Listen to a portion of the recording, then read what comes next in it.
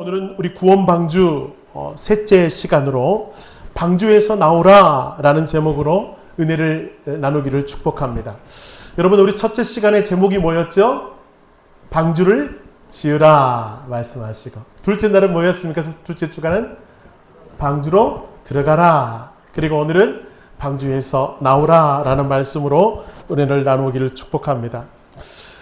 노아의 가족이나 그의 탄 동물들은 처음 몇 주 동안은 너무너무 행복하고 즐거웠을 것입니다. 왜냐하면 방주 밖에 있는 사람이나 동물들은 모두 물에 빠져 죽음을 당하게 되었고 자신들만 생명을 구하게 되었으니 그 구원의 감격, 그 구원의 기쁨으로 너무너무 신나고 행복하게 방주 안에서 지내게 되었을 것입니다. 또 먹을 것도 넉넉했을 것이고요. 모든 것이 다 감사했을 것입니다. 근데 여러분, 시간이 지날수록 배 탄 사람들이나 동물들은 점점 지쳐가고 스트레스를 받기 시작합니다.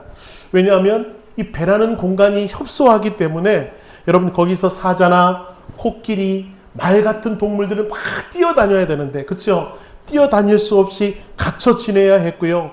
노아의 가족들은 식량과 물이 점점 줄어들고 있습니다. 동물들의 배설물도 치워야 되고요. 동물들을 위해서 늘 음식물도 날라서 나누어 주어야 합니다. 그 모든 것이 너무나도 고된 일일 수밖에 없어서 노아의 가족들도 점점 지쳐만 갑니다. 여러분, 이런 여러 가지 문제들, 그런 문제들로 인하여 지쳐갈 때 하나님은 우리 지난주에 말씀을 나눴죠. 노아들에게 늘 역사하셔서 내가 너희들과 함께한다, 내가 너희들과 동행하고 있다라는 그 마음을 늘 부어주셔서 여러분, 그들이 그 고통 속에서도, 그 어려움 중에서도 하나님의 인도하심을 받는 축복을 누리게 되었다라고 하는 거예요. 자, 그렇다면 그 인도하심의 축복이 무엇인가? 오늘 1절 말씀 속에 참 따뜻한 말씀이 담겨져 있는데 한번 같이 읽어볼까요? 시작! 하나님이 노아와 그와 함께한 방주에 있는 모든 들짐승들과 가축들을 기억하사 하나님이 바람을 땅 위에 불게 하심에 물이 줄어들었고, 여기 보면 하나님의 놀라운 인도하심이 있습니다. 특별히 그 인도하심의 약속이 저 두 단어 속에 담겨져 있어요. 한번 살펴보았으면 좋겠는데, 먼저는 기억하사라는 단어입니다. 하나님의 인도하심의 첫 번째는 기억하셨다라는 것입니다. 여러분, 기억하셨다라는 말은 히브리어로 자카르라는 뜻이에요. 자카르. 이것은 단순히 잊어버렸던 것을 생각났다라는 그런 기억하사가 아니라는 것입니다. 이 자카르의 기억하심이라고 하는 것은 여러분, 마음을 기울이다, 또는 다른 뜻으로는 돌보셨다라는 뜻이에요. 그러니까 여러분, 방주에 있는 내내, 여러분 방주에 들어가는 것도 중요했지만 방주에서 살아가는 그 시간 동안에 그들이 죽지 않고 병들지 않고 평안하고 또는 안전하게 지낼 수 있었던 유일한 이유는 뭐예요? 노아와 동물들을 하나님은 기억하셨다라고 하는 거예요. 하나님의 시선이 거기에 머물러 있었고 하나님의 마음이 거기 있었기 때문에 그들은 그 방주 안에서도 안전하게 머물 수 있었다라고 하는 것입니다.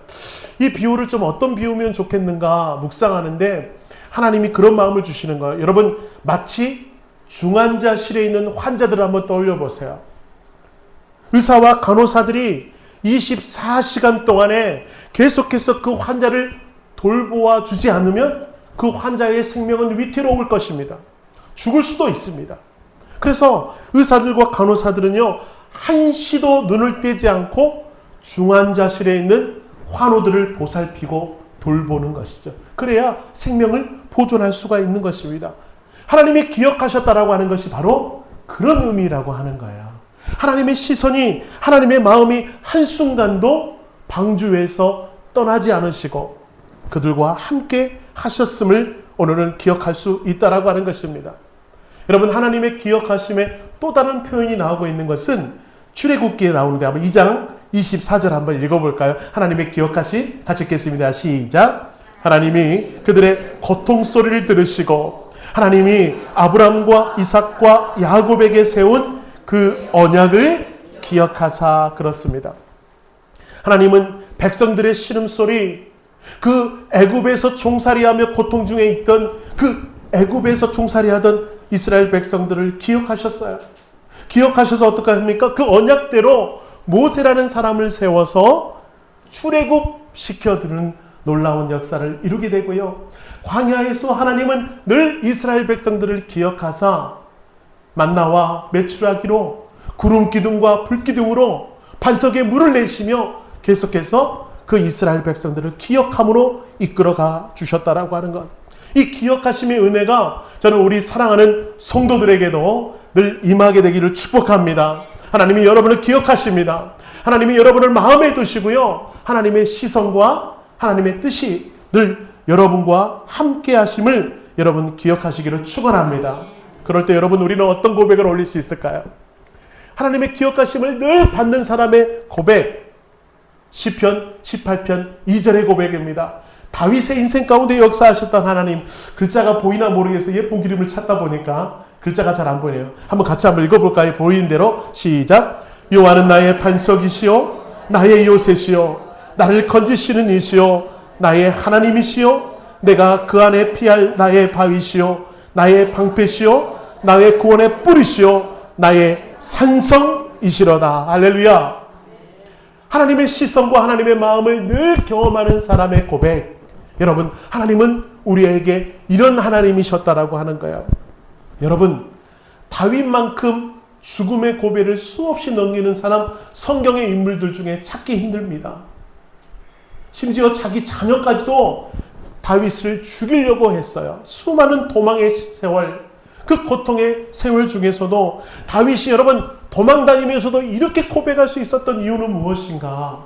여러분, 그 캄캄한 칠흑 것 같은 어둠 속에서도 나를 지키시고 나를 기억하시며 나에게 따뜻한 시선을 보내고 계시는 하나님의 마음이, 하나님의 손길이 느껴지니까 여러분, 다윗은 그 칠흑 같은 밤에도 이렇게 고백할 수가 있는 것입니다. 저는 이 말씀을 묵상하면서 여러분의 그 고단하고 어려운 인생의 문제 가운데서도 얼마나 어려운 삶을 살아가고 있는지, 형편이 점점 어려워지고 아이들은 그 나만 눈만 초롱초롱하게 바라보는데 앞이 두렵고 어려운 중에 있는 성도들의 간증을 들어보면 너무 가슴이 아파요. 그런 고통 속에서도 여러분 우리가 잊지 말아야 될 것은 하나님이 우리를 기억하신다고 하는 것입니다. 하나님의 시선과 마음이 오늘도 여러분에게 임하고 계시니 그 주님을 단단히 붙잡고 승리하시는 믿음의 삶 살아가시기를 축원합니다. 자, 두 번째로요.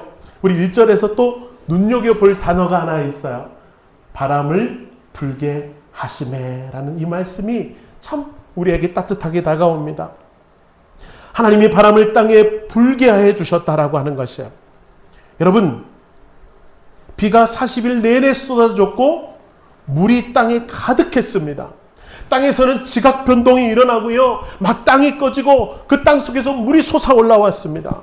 그리고 위에서는 마치 하늘에서 구멍이 난 듯 물이 쏟아져 내리고 있는 그 150일의 시간 동안 5개월 동안 계속해서 방주 속에 있는 노아와 동물들은 매우 두려웠을 것입니다. 폭풍우와 씨름하느라고. 그렇죠?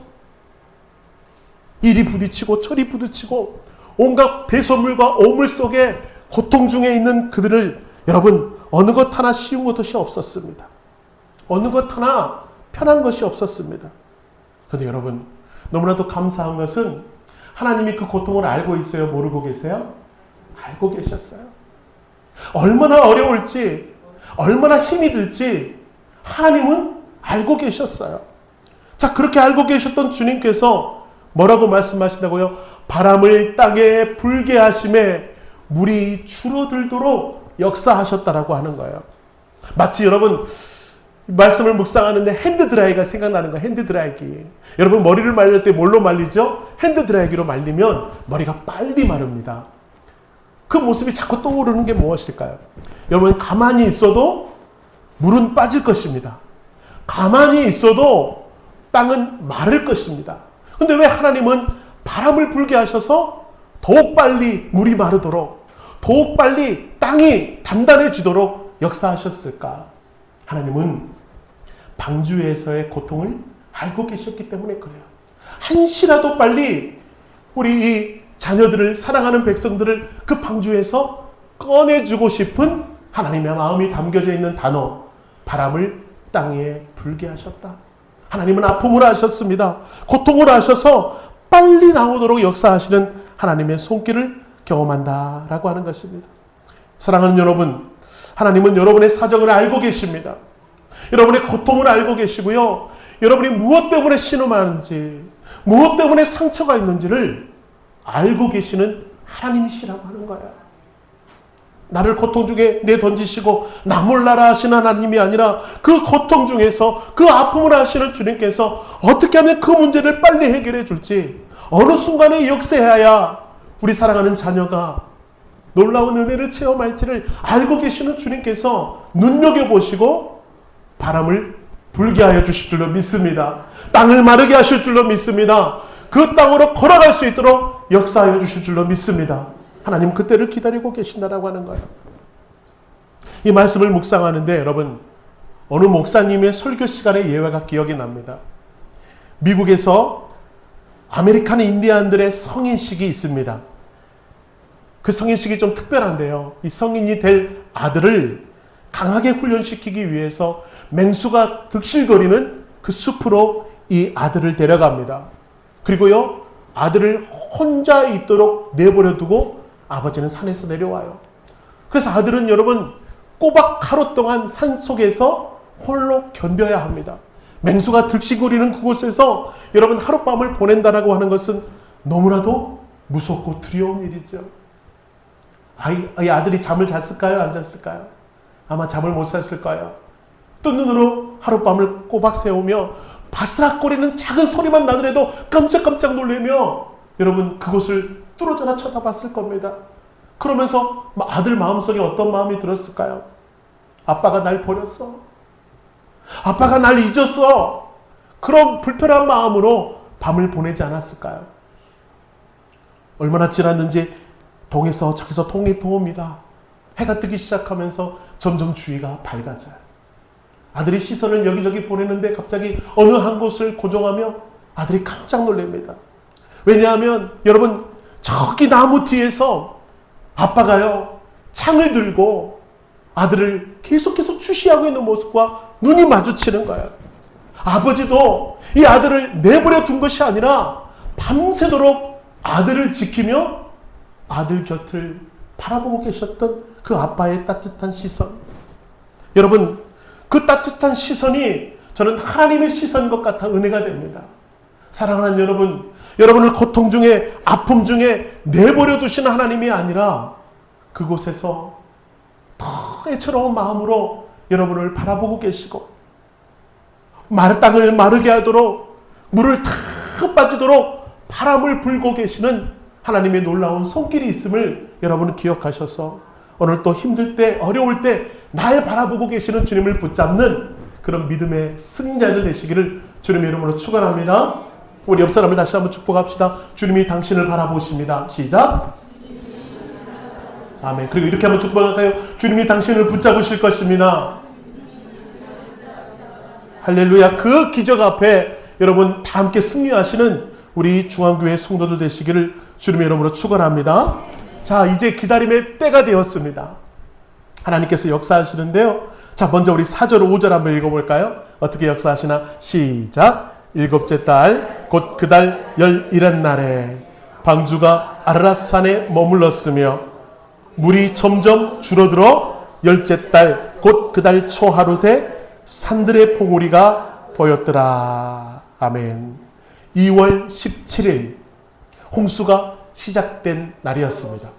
자, 그런데 여러분 오늘 저 노란 글씨로 보세요. 7월 17일 방주가 아라랏산에 머물렀다라고 되어 있어요. 뭐예요? 무슨 뜻입니까? 물이 빠져가고 있습니다.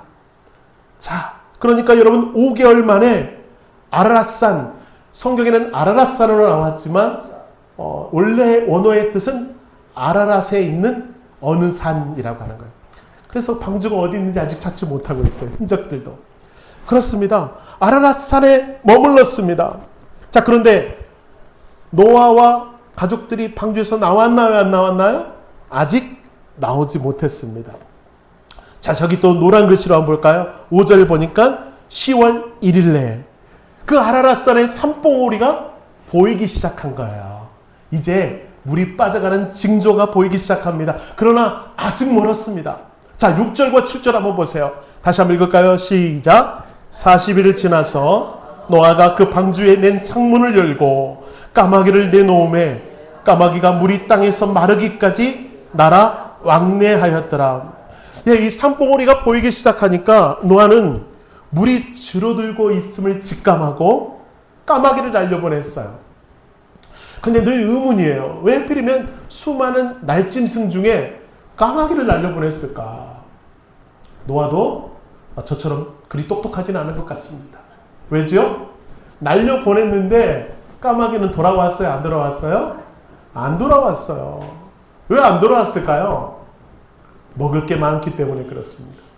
까마귀는 죽은 시체도 먹는다고 하잖아요. 날려보내니까 먹을 것도 많죠. 여기도 앉아있다가 저기도 앉아있다가 앉을 곳이 많은 까마귀는 돌아오지 않았습니다. 그래서 노아가 다시 뭘 보냈죠? 8절 한번 읽어봅시다. 8절 시작. 그가 또 비둘기를 내놓아 지면에서 물이 줄어들었는지를 알고자 하매, 예, 비둘기를 다시 내보냈습니다. 비둘기가 내보냈는데 여러분 앉을 곳이 없어요. 물이 줄어들지 않아서. 그래서 비둘기가 다시 노아에게로 돌아왔습니다. 자, 그리고 10절 11절 자, 읽겠습니다. 시작. 또 7일을 기다려 다시 비둘기를 방주에서 내놓음에 저녁 때에 비둘기가 그에게로 돌아왔는데 그 입에 감람나무 새 잎사귀가 있는지라. 이에 노아가 땅에 물이 줄어든 줄을 알았으며. 할렐루야. 어떻습니까 여러분? 다시 7일 후에 비둘기를 내보냈는데 비둘기 입에 뭐가 물려 있다고요? 감람나무 새 잎사귀. 저기서 특별히 새 잎사귀라는 말씀에 주목합니다. 여러분, 홍수가 나서 쓰러진 감람나무에 달려있는 잎사귀가 아니에요. 여기서 말하는 잎사귀는 어떤 잎사귀? 새 잎사귀. 물이 빠져들고 있고요. 심지어 뿌리를 내린 어떤 나무들은 잎사귀를 내고 있다라고 하는 거예요. 예, 물이 빠져들고 있는 그 현상을 아름답게 묘사하고 있는 표현입니다. 근데 여러분, 그럼에도 불구하고 노아는 방주에서 나갔다 안 나갔다? 나가지 않았다. 제가 왜 이렇게 이 말씀을 계속 읽을까요? 그 말씀의 핵심에는 이거예요. 노아가 아직 방주에서 나오지 않았다. 이 말을 하고 싶은 거예요. 자, 그러면 12절에는 있을까? 한번 읽어봅시다. 12절 다시 한번 읽겠습니다. 시작. 또 7일을 기다려 비둘기를 내놓음에 다시는 그에게로 돌아오지 아니하였더라. 비둘기가 돌아왔습니까? 안 돌아왔습니까? 안 돌아왔습니다. 물이 많이 빠졌습니다. 비둘기가 어디든지 날아 안착할 수 있는 그 지경이 되었습니다. 그런데 거기에 한 줄이 빠져 있네요. 노아가 드디어 밖에 나갔더라. 있습니까? 없습니까? 없습니다. 저는 하나님의 인도하심도 너무나도 감사한데 그 인도하심에 반응하고 있는 노아의 모습이 더 대단해요. 노아는 지금 뭘 하고 있는 것이죠? 기다림입니다. 저 같으면 그 답답한 우리에서 그 방주 안이 얼마나 답답해요. 이제는 음식도 거의 다 떨어졌습니다. 마실 물도 거의 없어졌습니다. 오물들은 쌓여가고 여러분 소들도 호랑이들도 더 이상 못 견디겠다고 난리를 치는 거예요. 왜요? 흙냄새가 나니까 이 동물들이 반응하는 겁니다. 자꾸 막 소리를 지르고 막 뛰어나가려고 반응을 하는 그 상황까지도 노아는 어떻게 했다? 나가지 않았습니다. 저 같으면 나갔을 거예요. 흙냄새도 나고 풀냄새도 나는데 야 됐다 하고 문을 열었을 것입니다. 그런데 여러분 노아는 그러지 않았다라고 하는 거예요. 노아는 뭘 기다리는 것일까요? 하나님의 오케이 사인을 기다리고 있는 것입니다. 결국 신앙생활이라고 하는 것은 여러분 기다림인 것 같습니다. 기도하는 대로 당장에 응답되지 않아도 당장에 어떤 문제가 해결되지 않아도 여러분 우리가 할 일은 뭐예요? 조바심이 아닙니다. 왜 하나님 그 기도를 응답하지 않으시지? 하나님 나를 잊은 것인가? 그렇게 의문과 하나님을 향한 불신이 아니라 우리가 늘 가져야 될 우리의 신앙의 중심적인 마음은 뭐라고요? 때를 기다릴 줄 아는 마음이라고 하는 것입니다. 노아도 그랬습니다. 여러분 노아도 수십 번 방주에서 나가고 싶었으나 그는 기다렸어요. 그는 기다렸습니다. 자 여러분 그 기다림의 끝이 무엇입니까? 그 기다림의 끝은 여러분 18절인데요.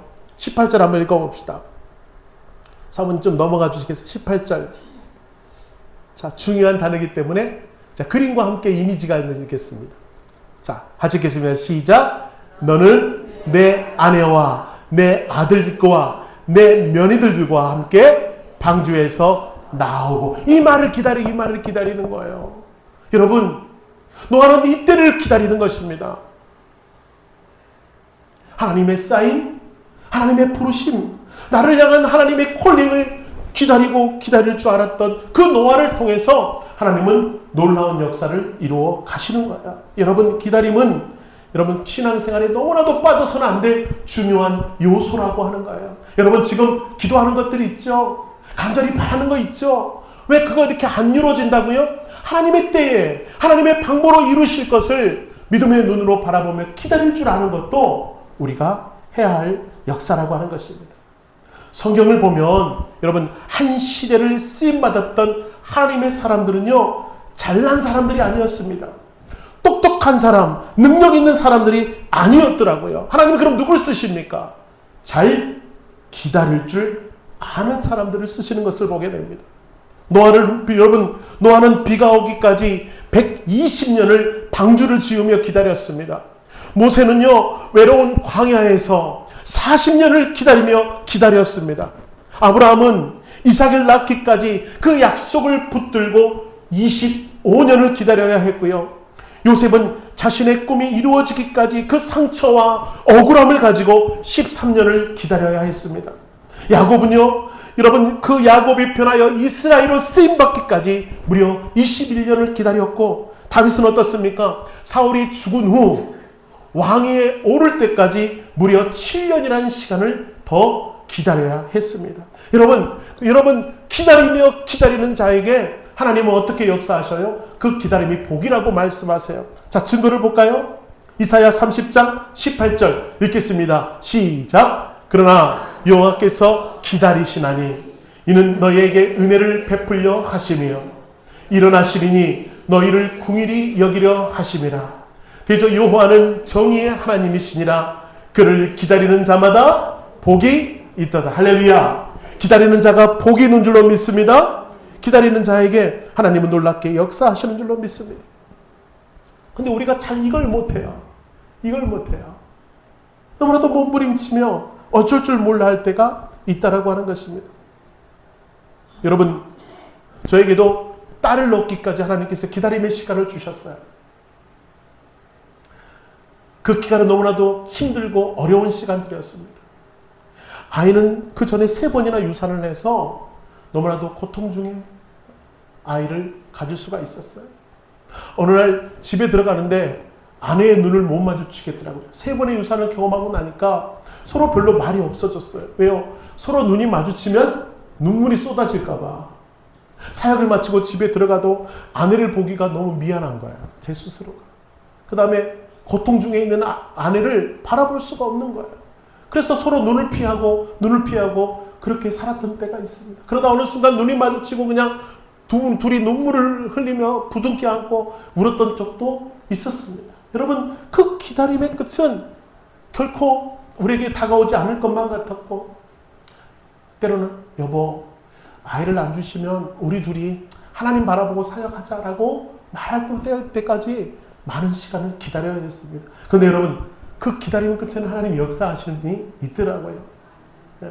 어렵게 아이를 가져 출산하기까지 결코 쉽지 않은 시간을 보냈는데, 그 기다림의 끝에서 역사하시는 하나님의 은혜를 경험하니까 제가 무엇을 경험하냐면요, 여러분, 제가 어느 집에 신방 갈 때 가장 파워풀하게 그들을 위로할 수 있냐면, 유산하는 가정에 가면, 유산하며 고통 중에 있는 가정들 신방할 때 여러분, 이지우 목사 가장 뜨거운 마음으로 위로하며 격려할 수가 있더라고요. 왜요? 그것을 경험해 봤기 때문에. 하나님, 그렇군요. 제가 사역할 수 있도록, 제가 목회할 수 있도록 하나님 저에게 이런 경험을 하게 하시는군요. 제가 위로하게 하시고 간증하게 하시는 하나님의 기다림의 역사를 경험하게 됩니다. 여러분, 기다림은 결코 쉽지 않은 시간이나 결국 하나님은 어떻게 하신다? 응답하신다. 할렐루야. 그 기다림의 끝에는 응답이 있고 하나님의 때에 하나님의 방법으로 가장 좋은 모습으로 역사하실 것이니 믿음으로 기다리며 믿음으로 그 기다림의 역사 속에서 하나님을 바라보시는 진정한 믿음의 사람 되시기를 축원합니다. 예, 우리 옆 사람 째려보면서 다시 한번 인사합시다. 참고 기다리십시오. 시작. 꼬집어. 말 안 들을 것 같은 사람은 꼬집어. 참고 기다리십시오. 좀 강하게 좀 말씀해 주십시오. 그렇습니다. 하나님이 얼마나 분명하게 역사하시는지 얼마나 정확하시는 분인지 여러분 성경은 옛날 우화가 아니라는 거예요. 우소부화가. 여러분 성경은 과학이고 실제하신 줄로 믿습니다. 자, 그 증거를 볼까요? 화면 한번 띄워주세요. 그 증거입니다. 보세요. 홍수에 물이 불어나기까지 과정과 방주에서 나오는 과정, 들어가는 과정과 나오는 과정이 기가 막힙니다. 보세요. 7장 4절에 하나님이 7일 후에 홍수를 보내시다고 약속하셨고요.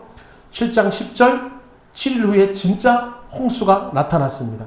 자, 7장 17절 홍수가 40일 동안 계속되었고요. 7장 24절에서는 홍수는 그쳤지만 물은 계속해서 범람했다라고 150일 동안 범람했다라고 기록하고 있습니다. 자, 물이 들어온 과정이 7일, 7일, 40일, 150일. 자, 물이 빠져가는 과정을 볼까요? 8장 3절 물이 점점 물러가서 150일 후에 줄어들었다라고 성경은 기록하고 있고 8장 6절에 보니까 40일이 지나서 창문을 열었다라고 고백하고 있고요.